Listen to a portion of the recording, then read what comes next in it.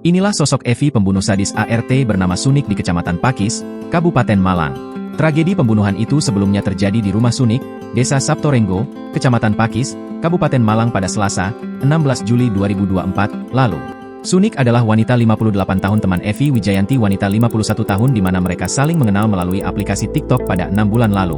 Dari penjelasan Wakapolres Malang, Kompol Imam Mustoli, terungkap jika Evi Wijayanti adalah warga Kelurahan Krembangan Selatan, Kecamatan Krembangan, Kota Surabaya.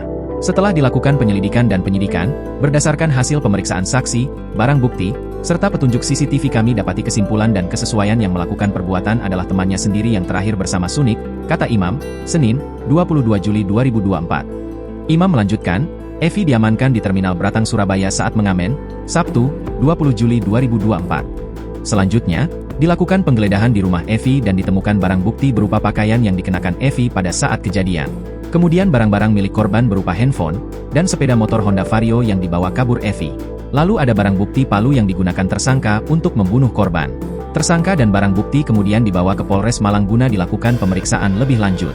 Secara terpisah, Kasat Reskrim Polres Malang AKP Ganda Syah menambahkan, berdasarkan hasil pemeriksaan, tersangka nekat membunuh Sunik karena sakit hati tidak diberi pinjaman uang senilai 1 juta rupiah oleh korban.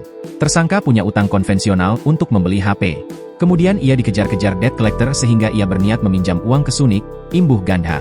Gandha melanjutkan, tersangka ke rumah korban untuk kedua kalinya. Pelaku telah mempersiapkan diri dengan membawa palu dari rumah naik bus menuju Terminal Arjosasi. Setibanya di terminal, tersangka kemudian memesan ojek online untuk menuju ke rumah Sunik. Selanjutnya, Evi pun bertemu dengan Sunik bahkan sempat makan rujak yang diberikan oleh Sunik. Lalu Evi pun masih sempat salat bersama dengan korban. Usai salat, korban saat itu berbaring di kasur yang menjadi lokasi ditemukannya korban meninggal. Posisinya, Sunik berbaring menghadap ke kiri dan saat tidur itulah, Evi melancarkan aksinya. Evi mengambil palu yang telah dibawanya lalu diarahkan ke kepala korban. Palu itu diarahkan ke bagian kepala hingga tengkuk korban dan akhirnya korban meninggal dunia dengan 31 luka. Setelah membunuh Sunik, tersangka kemudian pergi meninggalkan tempat kejadian perkara dengan membawa sepeda motor dan handphone korban. Hingga pembunuhan ini diketahui oleh suami Sunik saat pulang kerja. Sementara itu, Kasianto, 55, tetangga korban mengatakan sempat ada tetangga lainnya yang melihat pelaku dan korban bersama sebelum kejadian pembunuhan itu.